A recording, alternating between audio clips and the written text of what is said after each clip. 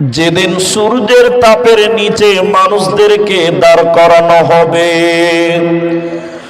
মানুষের মগজগুলো যখন টকবক টকবক করে ফুটবে, মানুষের মগজগুলো যেমন গলে গলে পড়বে, মানুষের শরীরে কোনো জামা থাকবে না, পায়ে কোনো জুতা থাকবে না। মানুষেরা রোদের তাপের কারণে যখন তাদের চামড়াগুলো পুড়ে যাবে আর বলবে ইয়া নাফসি ইয়া নাফসি, যখন মানুষেরা নিজেদেরকে বলবে বাঁচাও বাঁচাও, আজকে সূর্যের তাপ সহ্য করা যায় না, সেদিন নবীগণেরাও আফসোস করবেন, ইয়া নাফসি ইয়া নাফসি করবেন। যেদিন সূর্যের তাপ থেকে কেউ যেন বাঁচতে পারবে না, আর তখন শুধু বলবে বিচারটা তাড়াতাড়ি সমাপনী করে দাও, বিচার যেন তাড়াতাড়ি শেষ হয়ে যায়, সূর্যের তাপে দাঁড়িয়ে থাকা যাচ্ছে না। এমন সময় নবীজি বলছেন মানুষদেরকে আল্লাহ বলবে বান্দা 5টা প্রশ্নের উত্তর তুমি দাও, যতক্ষণ পর্যন্ত মানুষেরা 5টা প্রশ্নের উত্তর না দিতে পারবে, ওই অবস্থায় কিয়ামতের দিন সূর্যের তাপের নিচে দাঁড়িয়ে থাকবে, এক কদম আগাতে দেবে না, এক কদম পেছোতেও দেওয়া হবে না, ওই অবস্থায় কিয়ামতের ময়দানে দাঁড়িয়ে থাকবে। ওই 5টা প্রশ্নের ভিতরে প্রথম নম্বর প্রশ্ন নবীজি বললেন শুনে নাও, আন উমরিহি ফীমা আফনাহু, আমি আল্লাহ তোমাকে জীবনে 70 বছর সময় দিয়েছিলাম, আমি আল্লাহ তোমাকে 80 বছর সময় দিয়েছিলাম, আমি আল্লাহ তোমাকে 90 বছরের হায়াত দিয়েছিলাম, এই হায়াতটা তুমি আমাকে বুঝিয়ে দাও, এই 90 বছরটা কেমন করে অতিবাহিত করেছিল বলো, ইবাদত করেছো কিরুনি তুমি বলো, তুমি তোমার জীবনের মূল্যবান সময়টা আমি আল্লাহকে বুঝিয়ে দাও। প্রতিটি বছরে 12টা মাস ছিল, প্রতিটা মাসে 30টা দিন ছিল, প্রতিটা দিনে 24টা ঘন্টা ছিল, প্রতিটা ঘন্টাতে 60টা মিনিট ছিল, প্রতিটা মিনিটে 60টা করে সেকেন্ড ছিল, এক সেকেন্ড 1 মিনিট 1 ঘন্টা, 1 দিন 1 সপ্তাহ, 1 মাস 1 বছর, এই করে করে আপনার জীবনের মূল্যবান 80 বছরটা আল্লাহকে বুঝিয়ে দিতে হবে। যে লোকটা আল্লাহকে তার জীবনের হায়াতটা বুঝিয়ে দিতে পারবে না, সুন্দর করে যখন উত্তর দিতে পারবে না, ওই লোকটা কিয়ামতের দিন জান্নাতে যাবে না, এক কদম আগাতেও পাবে না। এজন্য নবীজি বললেন শুনে নাও, আন উমরিহি ফীমা আফনাহু, তোমার জীবনের সময়টা আল্লাহকে সেদিন বুঝিয়ে দিতে হবে। এই বুঝানোটাকে বলা হয় ইন্না ইলাইনা ইয়াবাহুম সুম্মা ইন্না আলাইনা হিসাবাহুম, আল্লাহর কাছে তিলে তিলে তোমাকে হিসাবটা দিতে হবে, সেদিন পালাবার উপায় রবে না, রবে না, রবে না। কি করলি তুই ভবে এসে, মায়া জালে গেলি ফেসে, কি করলি তুই ভবে এসে, মায়া জালে গেলি ফেসে, আজরাইল এসে ধরবে কোসে, কে বাঁচাবে তোর প্রাণ, ওরে মুসলমান তোরা হারাস না ঈমান, ওরে মুসলমান তোরা হারাস না ঈমান। যদি করিস না মাজরুজা, থাকবে না তোর পাপের বোঝা, যদি করিস না মাজরুজা, থাকবে না তোর পাপের বোঝা, মরণকালে পাবি রে তুই জান্নাতি আদাব,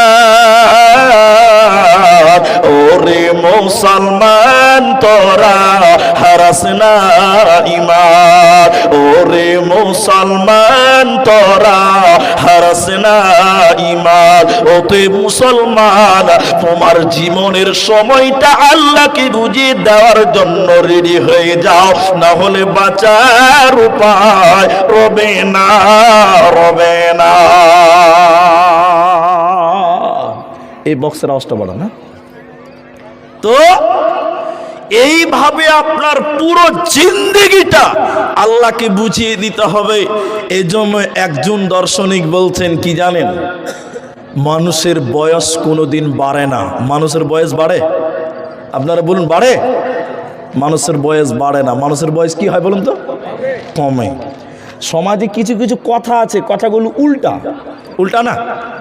আমি যখন মাদ্রাসায় পড়তাম, আমি যে বছর আবু দাউদ নাসাই পড়ি, ছোট্টি জামাতের ছাত্র, আমাদের এক সিনিয়র দাওড়াতে পড়তো, মানে ও কথাই কথাই ভুল ধরতে পারবে। মানে কিছু লোক থাকে না বেশি মানে কথা বলে। ও একদিন দাঁড়িয়ে আছি, তো একজন আমাকে এসে বলছে, তোমার স্যান্ডেলটা ছোট হয়েছে নাকি গো, পায়ে যে হয়েছে না গো? তখন আমার এই বন্ধুটা বলছে, আপনার মাথায় গোবর আছে, মানুষের স্যান্ডেল কোনোদিন ছোট হয় না। স্যান্ডেল ছোট হয় গো? এরা কথা বলে না, স্যান্ডেল ছোট হয়? স্যান্ডেল ছোট হয়নি, মানুষের পা বড় হয়েছে। জি বাবজি, স্যান্ডেল কোনোদিন ছোট হয়েছে গো? কোনো দিকে মানুষ বলছে, এ তো স্যান্ডেলটা যে ছোট হয়েছে রে। আরে খাপা, স্যান্ডেল কোনোদিন ছোট হয় না। স্যান্ডেল অতখানি আছে, তোমার পাটা খানিক বড় হয়ে গেছে। হ্যাঁ কিনা বলুন? এদিকে আপনার একটু কথা বলবেন। তাহলে একজন বলছে মানুষের বয়স বাড়ে না, মানুষের বয়স কি হয়? কমে যায়। একজনা বলছে আবার না, বয়স বাড়ে আয়ু কমে। ও ঘুরে একটাই কথা। আল্লাহ আপনার জন্য নির্ধারিত একটা বয়স ফিট করেছে না ভাই? একটু কথা বলুন। এতগুলো লোক আমাকে তাকবীর দেন, লিল্লাহি তাকবীর। একটু কথা বলো। বাংলাদেশের মানুষ হলে কেমন কথা বলে জানেন তো? এটা যেরকম আমাদের দেশে কমজোর, ওই শ্রোতারাও একটুখানি কমজোর বটে। বাংলাদেশের আমাদের যেগুলো স্পিকার আছে দেখবেন, এক হাত দূর থেকে কথা বললেও কথাটা ক্রস করতে হয়েছে। আর আমাদের স্পিকার এরকম চুম্বা দিয়ে কথা বলতে হয়েছে, তাও কথা নিতে পারছে না। তো আমি যে কথা বলছি আপনি শোনেন। মানুষের জন্য আল্লাহ একটা নির্ধারণ করেছে একটা বয়সকে, যে আব্দুর রহমান তুমি 50 বছর বাঁচবে, এরে আব্দুল সাত্তার তুমি 80 বছর বাঁচবে, এরে তুমি 90 বছর বাঁচবে। তো 90 বছর একটা নির্ধারণ করা আছে। হ্যাঁ কি না বলুন? তার মধ্যে থেকে 2023 সাল চলে গেল, তাহলে বলুন বয়সটা বাড়লো না কমলো? 90 ছিল, 91 হবে না, 1 কমে গেল মানে 89 হবে। জি, 2 কমে গেল 88 হবে, 3 কমবে আরো কমবে, এইরকম করে কমতে থাকবে। মানুষের বয়স বাড়বে না, যত দিন যাবে তত সময় তোমার ফুরিয়ে যাবে। যেদিন তোমার বয়স, তোমার আয়ু, তোমার হায়াত জিরো হবে, সেদিন আজরাইল এসে বলবে, বন্ধু তুমি রেডি হয়ে যাও, তোমার এবার ডিউটি চলে যাওয়ার সময় হয়ে গেছে। অতএব সময় ফুরাবার আগে তুমি রেডি হয়ে যাও। বন্ধুরে আমার, এজন্য আল্লাহ তাবারাক ওয়া তাআলা কোরআনের ভিতরে বলছেন, ইল্লা ওয়া আনতুম মুসলিমুন, মুসলমান না হয়ে মৃত্যুবরণ করিও না। পাকিস্তানের একজন বিখ্যাত আলেমে দিন তিনি বলছেন এই হাদিসটা আলোচনা করতে গিয়ে, যে যেমন আল্লাহ বলেছেন ইল্লা ওয়া আনতুম মুসলিমুন, মুসলমান না হয়ে তুমি মরিও না, অনুরূপ তিনি বলছেন 5টা প্রশ্নের উত্তর রেডি না করে তুমি মৃত্যুবরণ করিও না। তার মধ্যে তুমি তোমার জীবনের হিসাবটা রেডি করে নাও। আল্লাহর কাছে তোমার জীবনটা বুঝিয়ে দিতে হবে, আল্লাহ আমি আমার দীর্ঘ টাইমটা এইভাবে কাটিয়েছিলাম। যখন ছিলাম নাবালক তখন জ্ঞান অর্জন করেছিলাম, নেকির কাজ করার জন্য শিক্ষা অর্জন করেছিলাম। যখন প্রাপ্ত বয়স হয়েছিল তখন আমি আমাল করেছিলাম, ঈমান এনেছিলাম, সঠিক পথের পথে গেছিলাম। তাহলে আল্লাহ তোমাকে ছাড় দিবে, জান্নাত দিবে। আর যে লোকটা দুনিয়াতে রং তামাশা আনন্দ ফুর্তি করে জীবন পার করবে, আল্লাহ বলবে বান্দা 90 বছরের হায়াতটা কেমন করে কাটিয়েছিল, আন উমরিহি ফীমা আফনাহু, ওই তোমার জীবনের হায়াতটা আমাকে বুঝিয়ে দাও। বুঝিয়ে দিতে হবে, বুঝিয়ে না দিলে কোনো উপায় রবে না। এবার আপনারা কথা বলবেন, সবাই বলবেন। অনেক লোক আছে, এদিকে দেখেন, এদিকে অনেক লোক আছে যদি বলা হয় চাচা নামাজ পড়ছো না, যে নামাজ পড়ো, তখন বলছে যে ভাতিজা এখন নামাজ পড়ার বয়স হয়নি। বলছে কি বলছে না? এরকম লোক নাই? ও চাচা এখনো দাড়ি রাখছেন না, বুড়া হয়ে গেলেন, দাও দাড়ি রাখছেন না, দাড়ি কেটে ফেলে দিচ্ছেন, কি ব্যাপার? তখন বলছে ভাইপো এখনো তো ছেলে মেয়ের বিয়ে দিলাম না, তো দাড়ি রাখার বয়স এখনো হয়নি। এরকম বলে না গো? যে লোকটা বলে যে এখনো নামাজ পড়ার বয়স হয়নি, আমার মনে হয়েছে ও মনে হয় ফেরেশতার খালাতো ভাই। কিন্তু ও কি করে বুঝলো যে ওর টাইম হয়নি? ও যে আরো 40 বছর বাঁচবে এর কোনো গ্যারেন্টি আছে বাপ? একটু হ্যাঁ না বলুন রে বাবা, আছে না? তুই কি করে বললো যে এখন আমার নামাজ পড়ার টাইম হয়নি? তার মানে মনে হয়েছে ওর ফেরেশতার সঙ্গে মনে হয় যোগাযোগটা ভালোই আছে। হ্যাঁ, মানুষের কখন মৃত্যু হবে আমরা কেউ জানি বাবা? কেউ জানি না। কত লোক, তার মধ্যে একজন ব্যক্তির কথা আপনাকে বলে দেই, মাইকেল জ্যাকসন, নাম শুনেছেন আপনারা? হ্যাঁ মাশাআল্লাহ, সবাই শুনেছেন। এত পাওয়ারফুল ফিটনেস ওয়ালা লোক ছিল, অর্থের কমজোরি ছিল না, এত টাকা দিয়েছিলেন, অহংকার করলো। কি বললো? এই গোটা পৃথিবীকে চ্যালেঞ্জ করে বলেছিল আমার কাছে এত ক্ষমতা, এত টাকা, এত ক্ষমতা, আমি পৃথিবীতে 150 বছর বাঁচবো। কত বছর বলুন? ও যে বলেছিল 150 বছর বাঁচবো, ও কি জানতো জোর হায়াত 150 বছর? তাহলে আল্লাহর আইন, আল্লাহরকে তাওয়াক্কা করলো কি করলো না? কিন্তু ইতিহাস বলছে মাইকেল জ্যাকসন কত বছর বেঁচে ছিল কেউ জানেন? 50 বছরে আলু তুলতে চলে গেছে। হ্যাঁ কিনা বলুন আপনারা? 50 বছরে মারা যায়নি? 50 বছরে মাইকেল জ্যাকসন পৃথিবী থেকে চলে গেল। তাহলে সে তামাম পৃথিবীকে চ্যালেঞ্জ করেছিল আমি 150 বছর বাঁচবো। যে গাড়িতে চড়তো সেই গাড়ি ছিল অক্সিজেন প্রুফ গাড়ি, যে বিছানায় ঘুমাতো অক্সিজেন প্রুফ বিছানা ছিল, সব সময় 3-4 জন বিশেষজ্ঞ ছিল, ডক্টর ছিল, তার খাবারগুলোকে আগে চেক আপ হতো, এই খাবারে তার শরীরে কোনো ক্ষতি করবে কি করবে না, চেক আপ করার পর সে খাবারটা খেত। এতটা সতর্ক হওয়ার পরেও 150 বছর বাঁচতে পারে না, পারেনি। মাত্র 50 বছর বয়সে সে মারা গেল। অতএব যারা বলছে যে এখনো ভাইবু দাড়ি রাখার বয়স হয়নি, তুমি মাইকেল জ্যাকসনের চাইতে বেশি টাকা তোমার নেই, মাইকেল জ্যাকসনের চাইতে বেশি ক্ষমতা আল্লাহ তোমাকে দেয়নি, তাহলে সে এত ক্ষমতাশীল হওয়ার পরেও সে টিকতে পারেনি। তাহলে আপনি আমি যে আরো 20 বছর বাঁচবো এর কোনো গ্যারেন্টি নাই। অতএব সময়টা একটু সাজিয়ে লাও। নিজে নিজে কল্পনা করেন বাড়িতে বসে বসে যে আজকে আমার 50 বছর বয়স, আমি 50 বছর কি করলাম? আমি আল্লাহ কি বুঝাতে পারবো আমার 50 বছরটাকে? পারলে ভালো, না পারলে কালো। এজন্য বন্ধুরে আমার, কিয়ামতের দিন প্রথম তোমার এই হায়াতটাকে নিয়ে প্রশ্ন করবে। এজন্য দুনিয়াতে কি করলে তোমার হায়াতের জবাব দিতে পারবে, দুনিয়াতে কিভাবে কাটালে তুমি আল্লাহকে তোমার জীবনটা বুঝাতে পারবে। শুনে নাও, আল্লাহ তাবারাক ওয়া তাআলা বলেন, ওমা খালাকতুল জিন্না ওয়াল ইনসা ইল্লা লিয়াবুদুন, আমি মানব এবং দানবকে সৃষ্টি করলাম, আমি মানুষ এবং জিনকে সৃষ্টি করেছি কেন? ইল্লা লিয়াবুদুন, আমার ইবাদত করার জন্য। অতএব দুনিয়াতে তুমি আল্লাহর ইবাদত করো, আল্লাহকে তুমি তোমার সময়টা বুঝিয়ে দিতে পারবে, আল্লাহকে তুমি তোমার হায়াতটা বুঝিয়ে দিতে পারবে। অতএব বেঁচে থাকবেন কতদিন পৃথিবীর কেউ জানি না। অতএব তওবা করে নাও, ইবাদত শুরু করে নাও, কালকে মরণ হলে আল্লাহকে সময়টা বুঝাতে পারবে, হায়াতটা বুঝিয়ে দিতে পারবে, অন্যথায় সম্ভব হবে না, হবে না।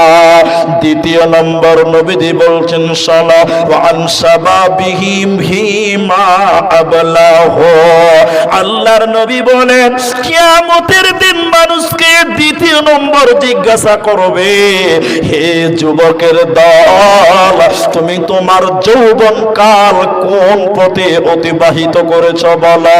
যৌবনকালটা আল্লাহকে বুঝিয়ে দিতে হবে। এজন্য যৌবনকালে তুমি যদি আল্লাহর ইবাদত না করো, এই যৌবনকাল ইবাদত না করার কারণে কিয়ামতের দিন লাজবাব হয়ে যাবে, কিয়ামতের দিন জাহান্নামী হতে হবে। এজন্য নবীজি বললেন উম্মত, দ্বিতীয় নম্বর জিজ্ঞাসা হলো ওয়ান শাবাবিহি ফীমা আবলাহু, তুমি তোমার যৌবনকাল কিভাবে অতিক্রম করেছো তুমি বলো। আজকে যুবকেরা সব রকম ফাহিশাতে লিপ্ত হলো, আজকে যুবকেরা সব রকম গুনাহের কাজে জড়িত হয়ে গেছে, আজকে যুবকেরা আল্লাহর ইবাদত করছে না। যুবক তুমি শুনে নাও, তুমি যদি আল্লাহর ইবাদত করো যৌবনকালে, বিশ্বনবী বলেছেন 7 প্রকার মানুষকে কিয়ামতের দিন আল্লাহ তার আরশের নিচে স্থান দেবে। 7 জন ব্যক্তিকে, 7 প্রকার মানুষকে আরশের নিচে স্থান দেওয়া হবে। ওই 7 জনের ভিতরে দ্বিতীয় নম্বর নবীজি বলেছে ও শাবুন নাশা ফি ইবাদাতিল্লাহ, যে যুবক যৌবনকালে আল্লাহর ইবাদতে কাটালো, যে যুবতীটা আল্লাহর ইবাদতে যুবতী কাল পার করলো, যে যুবক যৌবনকাল আল্লাহর ইবাদত পার করলো করে করে, আল্লাহর নবী বলেছেন যৌবনকালে ইবাদত করার কারণে কিয়ামতের দিন আল্লাহ তাকে আরশের নিচে স্থান দেবে, ওর কোনো চিন্তা রবে না, রবে না, রবে না। অতএব যৌবন সম্পর্কে জিজ্ঞাসা করা হবে, যৌবন কালটা সঠিক কাজে লাগিয়ে দাও।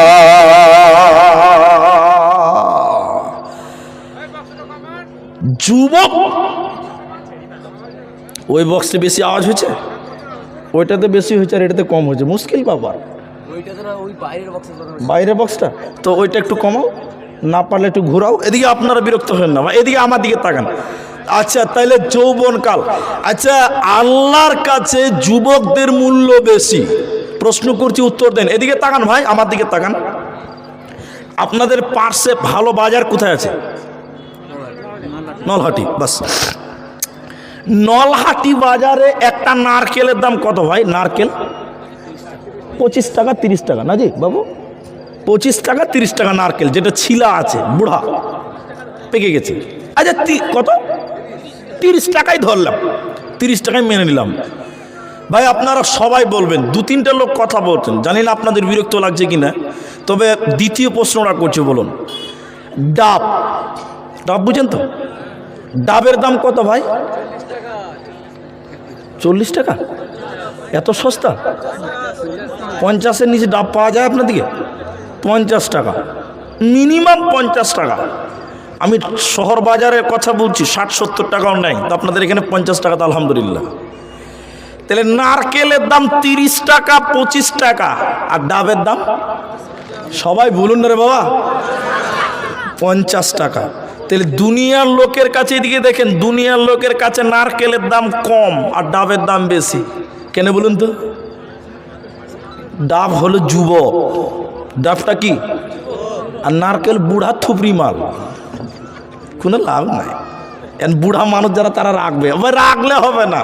যৌবনকাল একদিন তোমাদেরও ছিল, ছিল কি ছিল না বলো? রাগার কোনো ব্যাপার নাই। যুবকের মূল্য আল্লাহর কাছে বেশি, যেমন পৃথিবীর লোকের কাছে ডাবের মূল্য বেশি, নারকেলের মূল্য কম। অনুরূপ যৌবনকাল, যৌবনকালের ইবাদতের মূল্য আল্লাহর কাছে বেশি, নারকেলের যেরকম মূল্য কম, বৃদ্ধদের মূল্যটাও কম। কেন? বৃদ্ধ অবস্থায় সম্পূর্ণ ভালোভাবে ইবাদত করা সম্ভব নয়। আপনারা চেয়ারম্যান বুঝেন তো? আপনাদের মসজিদের চেয়ারম্যান আছে? কোন চেয়ারম্যান? ওই চেয়ারম্যান নয়, এ চেয়ারে বসে বসে নামাজ পড়ালো, এখনো বুঝে নেই। আর আপনাদের নাই? মাশাআল্লাহ মাশাআল্লাহ।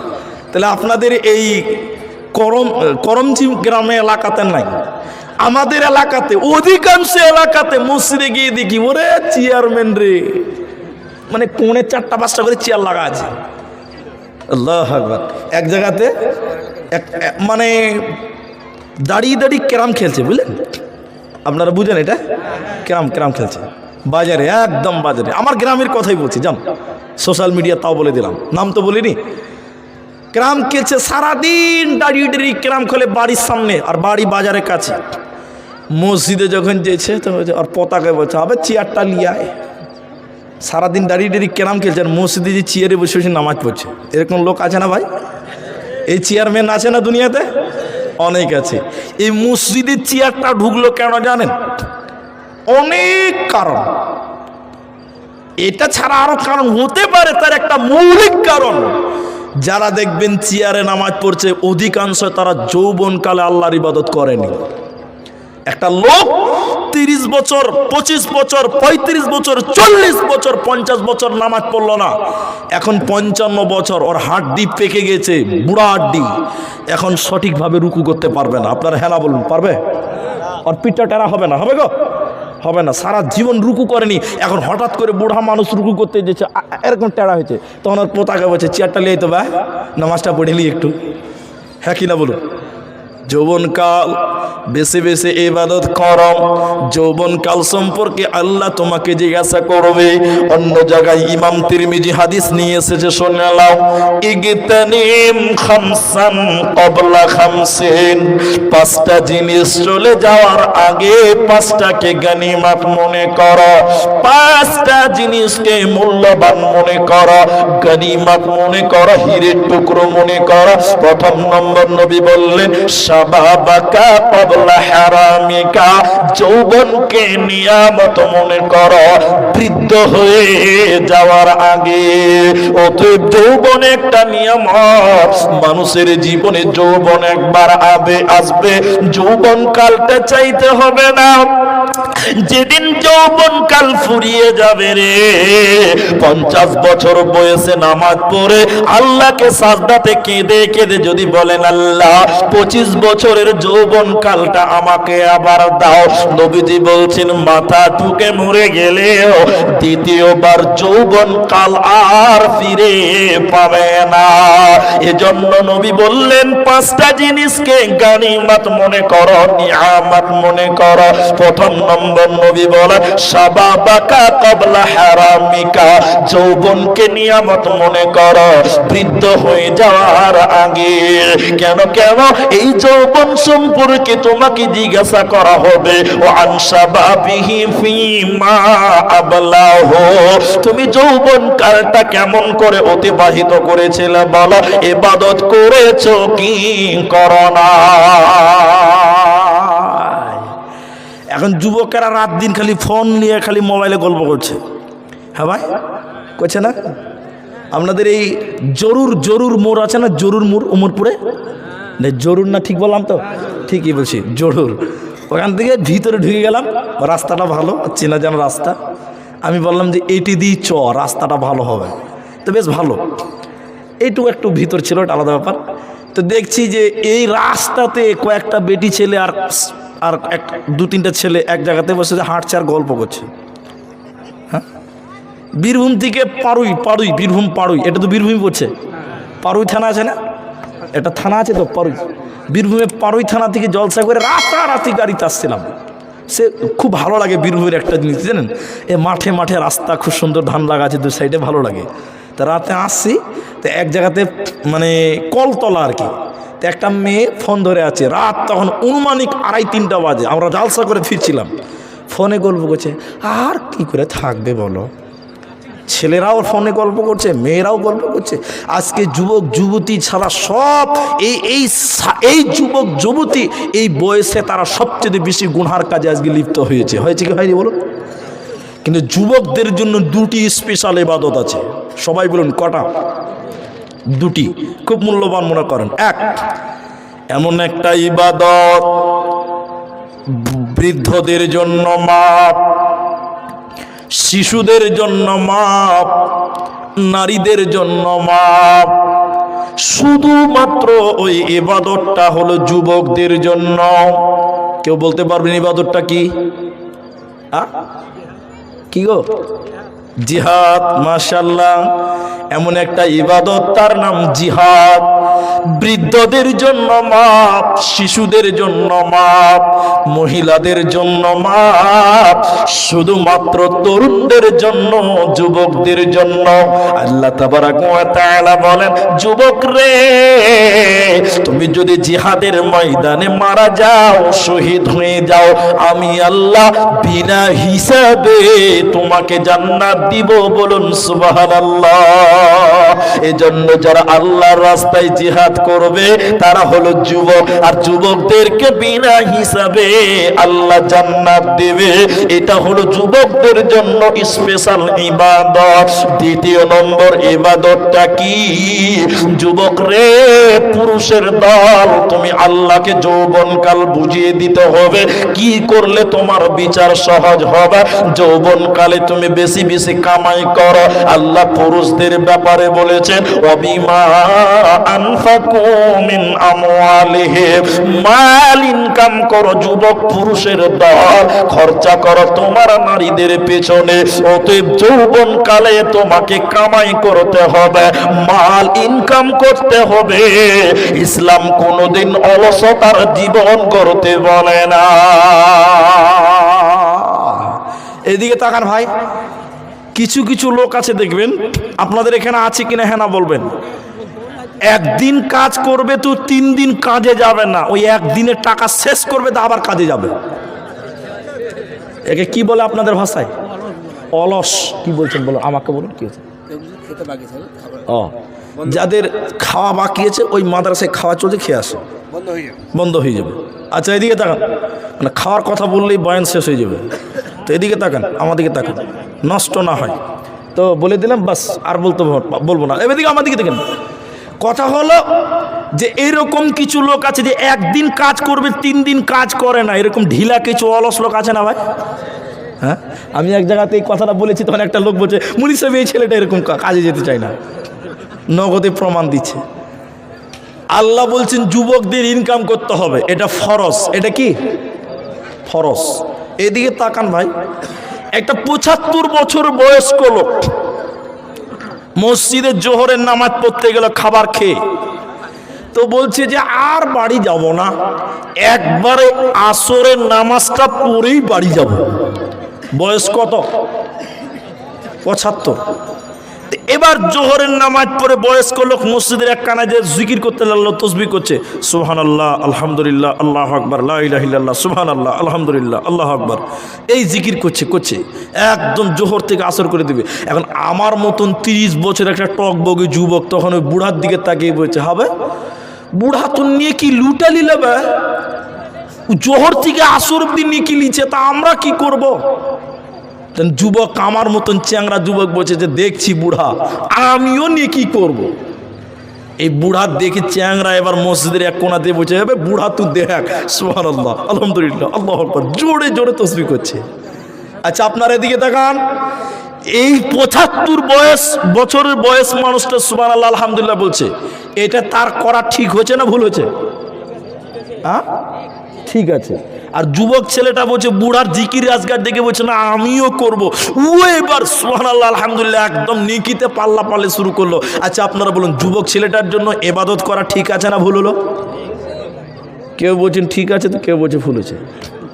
ভুল হলো। এই ইবাদতটা বৃদ্ধদের জন্য ঠিক আছে।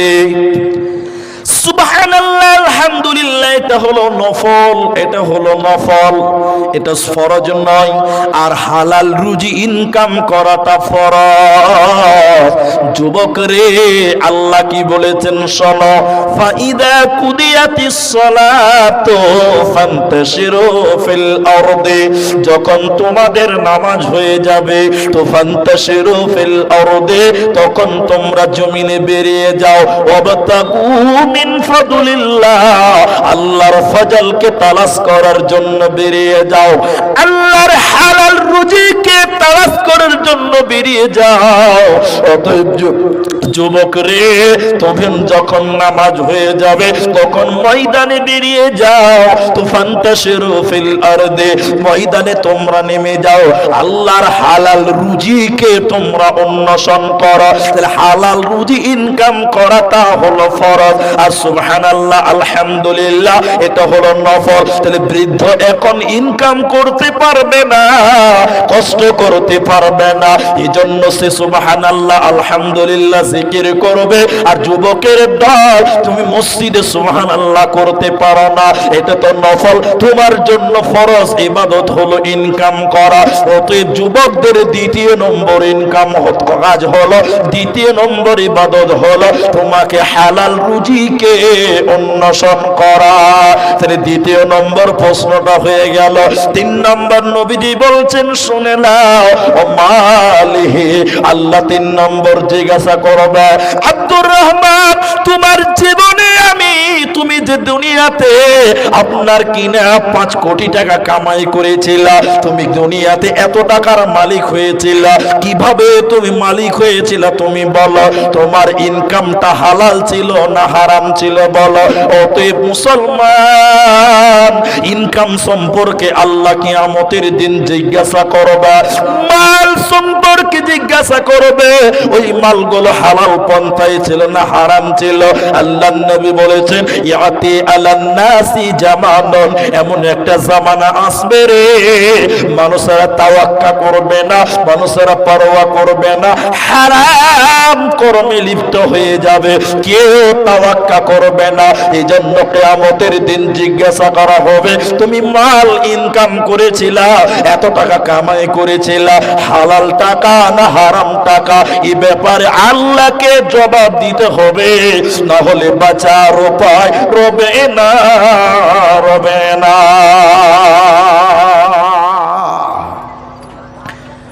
হিসাবটা দিতে হবে মালের ব্যাপারে।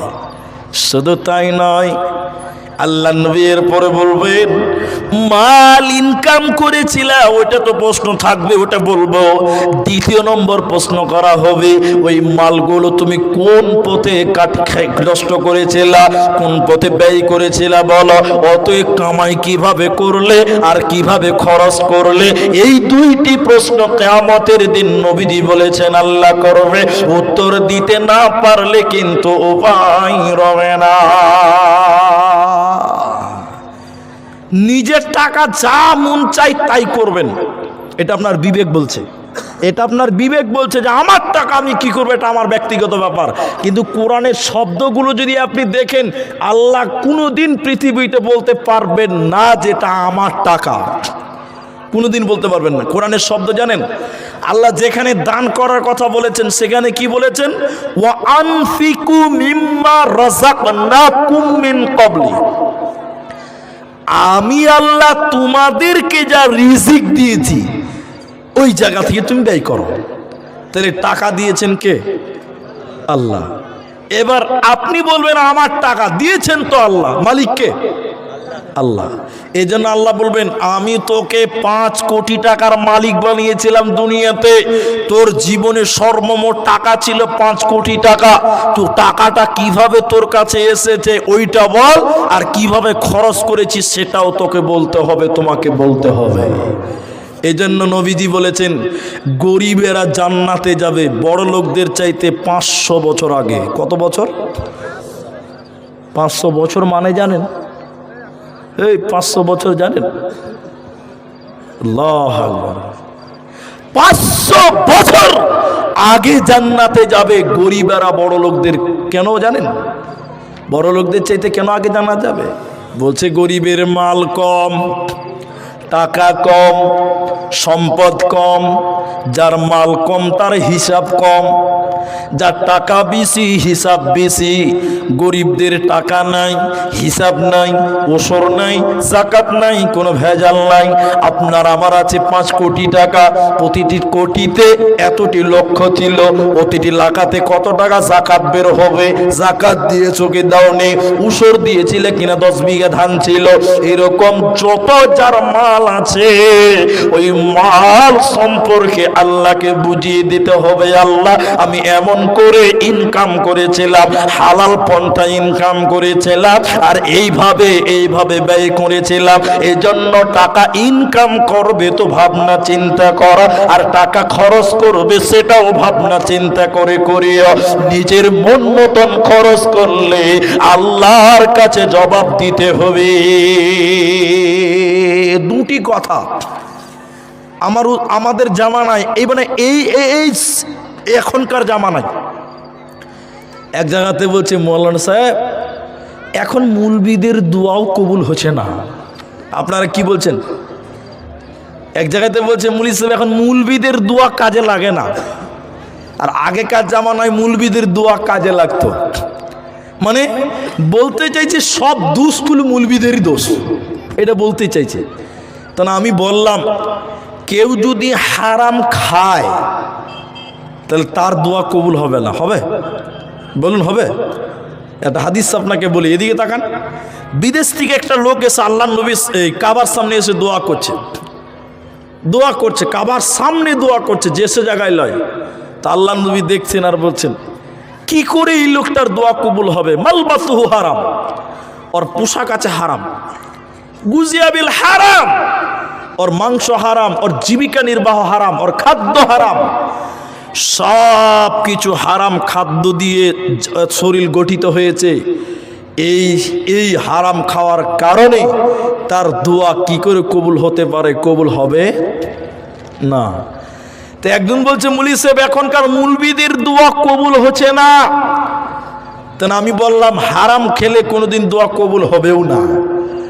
তখন বলছে তাহলে মুলবিরাও কি হারাম খায়? আমি বললাম মুলবিরা হারাম খায় না, কিন্তু মুলবিদের কায়দা করে হারাম খিলানো হয়। হ্যাঁ কিনা বলুন? বুঝতে পারেননি মনে হয়। যারা গ্রামবাসী আছেন শুনলেন, গ্রামে যে লোকটা বেশি সুদের টাকা দেয় ওই লোকের বাড়ি দেখবেন ইমাম সাহেবের খালি ঘন ঘন দাওয়াত থাকে, কি থাকে না? যে লোকটা হারাম খায় ওর বাড়িতে মুলবি সাহেবের খালি ঘন ঘন দাওয়াত। মানে বলতে চাইছে আমি একা জাহান্নাম যাব, তোকে নিয়ে জাহান্নাম যাব। মানে হারাম মুলবিকেও খিলাবে, বাদ দেবেন না। খরচের ব্যাপারটা আপনাকে তিনটা কথা মনে রাখতে হবে, এটা সবচেয়ে জরুরি কথা। আপনি এদিকে তাকান, আল্লাহ বলবেন তোমাকে আমি এত লক্ষ টাকা দিয়েছিলাম, টাকার হিসাবটা দেন। এবার আপনি হিসাব দেন, আমার দিকে তাকান। আল্লাহ মাদ্রাসায় জালসাতে দিয়েছিলাম 20,000 টাকা, মসজিদে জালসায় দিয়েছিলাম 10,000 টাকা, এটা ইয়েতিমকে দিয়েছিলাম 5,000 টাকা, এটা মাদ্রাসায় একটা বাচ্চা ভর্তি হবে তাকে দিয়েছিলাম 1,000 টাকা, এটা বিধবাকে দিয়েছিলাম 500 টাকা, এটা ফকির এসেছিল তাকে দিয়েছিলাম 200 টাকা। এই করে করে আল্লাহ বলছে ঠিক আছে, মসজিদ দিলি, মাদ্রাসায় দিলি, এখানে দিলি, বিধবাকে দিলি, ইয়েতিমকে দিলি, গরিবের উপকার করলি, খুব ভালো। হঠাৎ করে লোকটা বলছে আল্লাহ 500 টাকা পার্টির ছেলেরা বলছিল গান করব তার লেগে চাঁদা দিয়েছিলাম। আল্লাহ বলবে বান্দা 500 টাকা গান করার জন্য কেন দিয়েছিলা, কিসের কারণে দিয়েছিলা, জবাবটা তুমি আমাকে দাও। তখন কিন্তু আপনি আল্লাহকে উত্তর দিতে পারবেন না। অতএব কামাই করবেন খুব হুঁশিয়ারে, আর খরচ করবেন সেটাও বড় হুঁশিয়ার। আল্লাহ নবীকে বললেন শুনে নাও, আমার উম্মত নিজের মুখের হিফাজত করবে না, যা পাবে তাই তারা ভক্ষণ করবে, যা পাবে তাই তারা খাবে, ওরা কোনো রকম তাওয়াক্কা করবে না, পরোয়া করবে না। তাহলে 4টা হয়ে গেল। 1 নম্বর তোমার হায়াত সম্পর্কে প্রশ্ন করা হবে, 2 নম্বর যৌবনকাল সম্পর্কে প্রশ্ন করা হবে, 3 নম্বর কোথা থেকে ইনকাম করেছো প্রশ্ন করা হবে, আর কেমন করে খরচ করেছো সেটাও জিজ্ঞাসা করবে।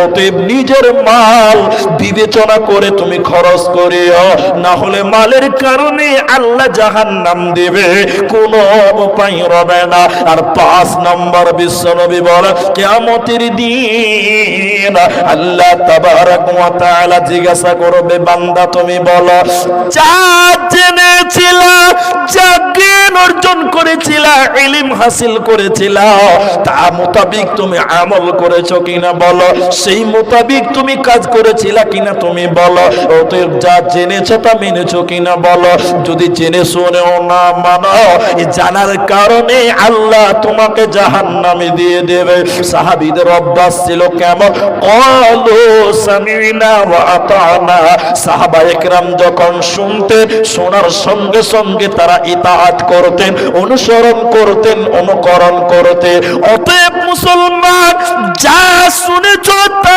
মেনেছো কিনা যা জানো তা মানো কিনা আজকে যদি আপনি যদি তল্লাশি করেন আজকে যদি তদন্ত করেন তাহলে বোঝা যাবে মানুষেরা যা জানে তা মানে না আমরা যা জানি তা কিন্তু মানি না মানার চেষ্টাও করি না জেনে শুনে না করার কারণে আল্লাহ জাহান্নাম দিবে ডাবল শাস্তি দিবে অতএব জানলে মানতে হবে এটা হলো আল্লাহ তাবারক ওয়া তাআলার আদেশ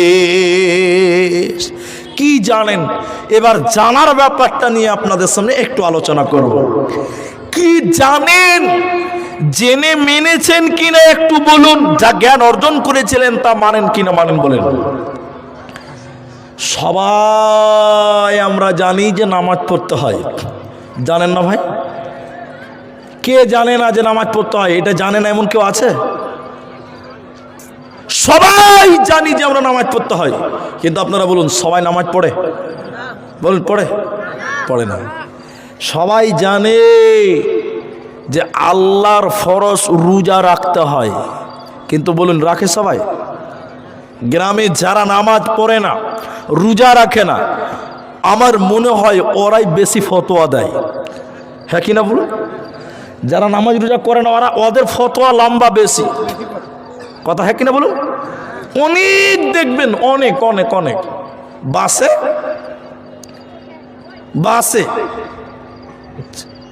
বাংলাদেশের একজন বক্তা বলছিলেন বাসে যাচ্ছে জলসা করতে খুব বড় আলেম তার কথাটাকে আমি আপনাকে শোনাচ্ছি তো নামাজের টাইম হয়ে গেছে এখন মাওলানা বলছেন যে এই কন্ট্রাক্টর বাসটা তুমি খালি বেশি নয় 5 মিনিট থামাও উজু করা আছে আমি নামাজটা পড়বো 2 রাকাত মুসাফির মানুষ বাসের কন্ট্রাক্টর তো নামাজ পড়ে নাও হারামখোর ও তখন মুফতি সাহেব মাওলানাকে বলছে মাওলানা সাহেব যানবাহনও নামাজ চলবে যানবাহনে কি আচ্ছা মুলি সাহেব জানে না যে যানবাহনে নামাজ চলবে জানে না ও তো জানে তখন মুলি সাহেব বলছে আমিও জানি যানবাহনে নামাজ চলবে তুমি আমাকে দামাও 5 মিনিট নামাজ পড়বো এখন কোন দিকে কেবলা আছে না আছে আমি কি জানি